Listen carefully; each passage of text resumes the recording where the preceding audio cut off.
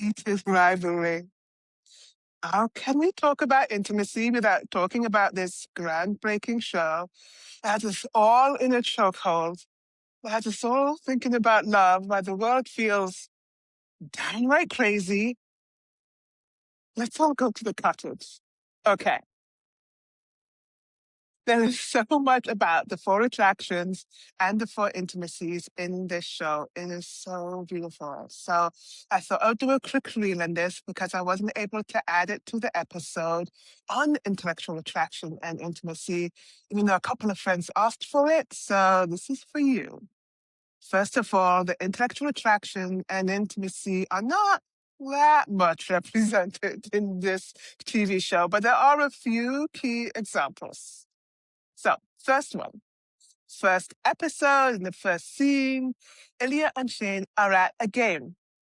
Immediately a shared interest. They're both hockey players. They both love hockey. They both love to play. They're both athletes. This is intellectual attraction.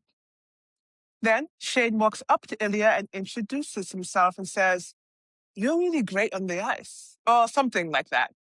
That is voicing his intellectual attraction. Of course, there might already be a physical attraction. We haven't gotten into this yet, but the attractions and the intimacies can be bundled together. But since this week is intellectual, we're going to focus there for now. All right, second one. Same scene. Iliya says, "You won't be so happy when we beat you." Shane responds, "That's not going to happen." It's their first disagreement. A mild one, it's a sweet one. It doesn't become a fight or even a fist fight, unlike the interaction between Scott and Shane on the ice in episode 3. If you know, you know. Instead, there is recognition. They are both players and they're both are going to try their best. And this is kind of what the intimacy is all about. You might disagree, but you see each other and you can say how you feel about it and leave it exactly the way it is. Okay.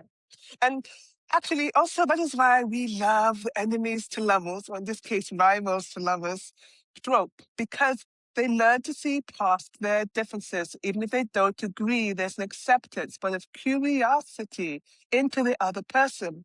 No one needs to change. They just are who they are. They see each other. There is an intimacy. When we disagree, can we be curious? Okay. The best example, though, in heated rivalry of intellectual attraction and intimacy is actually Iliya and Svetlana. Love this for me. That woman knows her hockey. She should probably run her own team, but she often says things to challenge Iliya about himself, but also about how he plays the game. She sets up how he can even win the cup. Even though he doesn't see it at first, he is curious about it. He asks her follow-up questions. There's even this one moment where he gets super playful when she suggests Shane should center him at the All-Star game rather than he be at the center. He does not agree, but it ends up being this really playful moment. They have enough respect and kindness between them that it's really this moment of play. And that word I will get back to on the future episode. So, what do you think? Intellectual attraction and intellectual intimacy. Not so scary, right?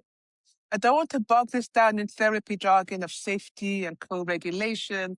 Not that I'm against these words. These are great concepts that we can talk about later. Just that intimacy is not that deep in the end.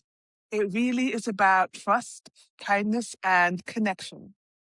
So, what other shows or movies would you like to talk about when it comes to intimacy? Bye.